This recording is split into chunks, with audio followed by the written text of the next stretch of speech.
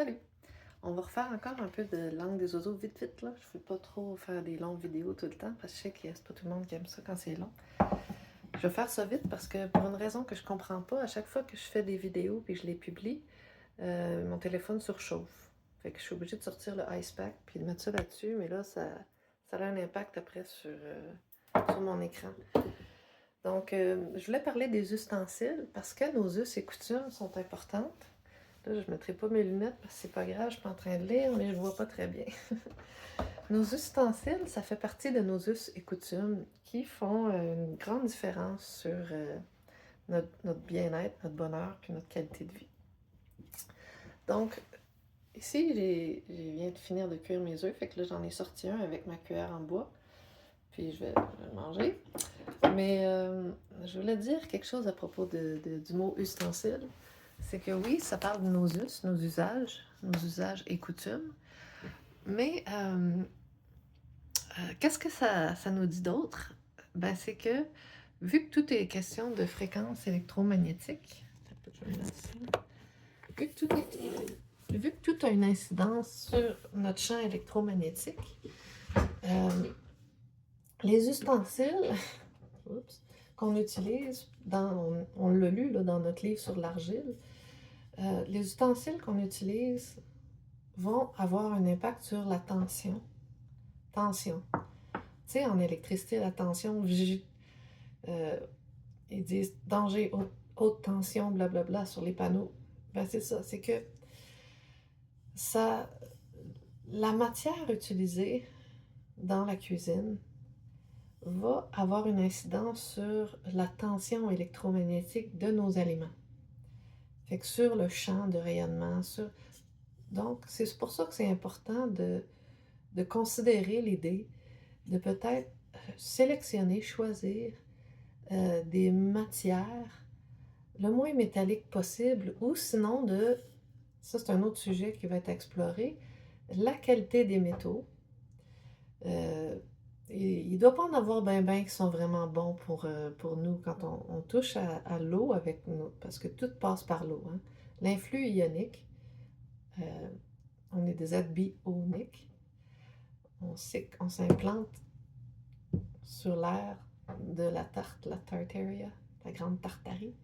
On sait que comme un moustique, on s'implante en fonction de justement notre santé électromagnétique. Puis, toutes les influx ioniques de nous, les êtres bioélectromagnétiques, passent par l'eau, les fluides. Donc, quand je plonge...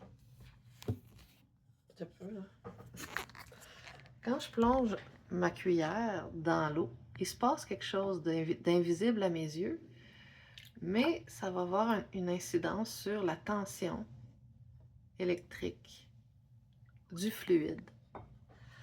C'est pas pour rien que les autochtones traditionnels incitent à ne pas utiliser ni porter de métal. Donc, je n'ai déjà parlé dans une autre vidéo, quand tu vas dans une retraite en nature avec eux, j'avais entendu ça quand j'étais plus jeune, il fallait porter juste des vêtements en fibre naturelle ou en cuir, puis pas de métal, pas de ceinture en métal. Là, j'ai une chaîne en argent ici, là.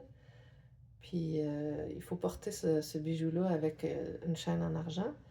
Je l'ai eu au kiosque bolivien qui était venu faire un tour au jardin de Sawyerville une journée.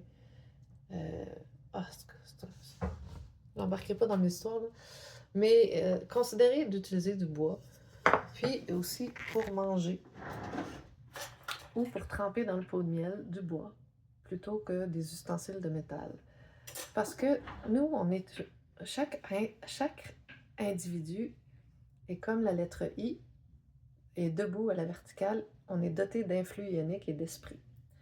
Donc, on est une île. Une île, puis les us, ce qu'on utilise, les usages, vont avoir une incidence sur la tension de notre île. Là. Ça tiré par les cheveux un petit peu, mais c'est ça, c'est pour nous aider à se souvenir de... La phonétique existe jusqu'à la moindre lettre de notre alphabet. chaque lettre a une portée électromagnétique due à la manière dont on la prononce, puis à ce que ça fait au niveau vibratoire quand on la prononce. Il est 2h22. Il est 2h22, mais qu'est-ce que tu veux? Je me suis réveillée parce que j'ai eu une idée. Fait que c'est ça, voilà, que je voulais mentionner, de réfléchir à nos ustensiles qui ont une incidence sur la tension de notre électricité. Bye, merci.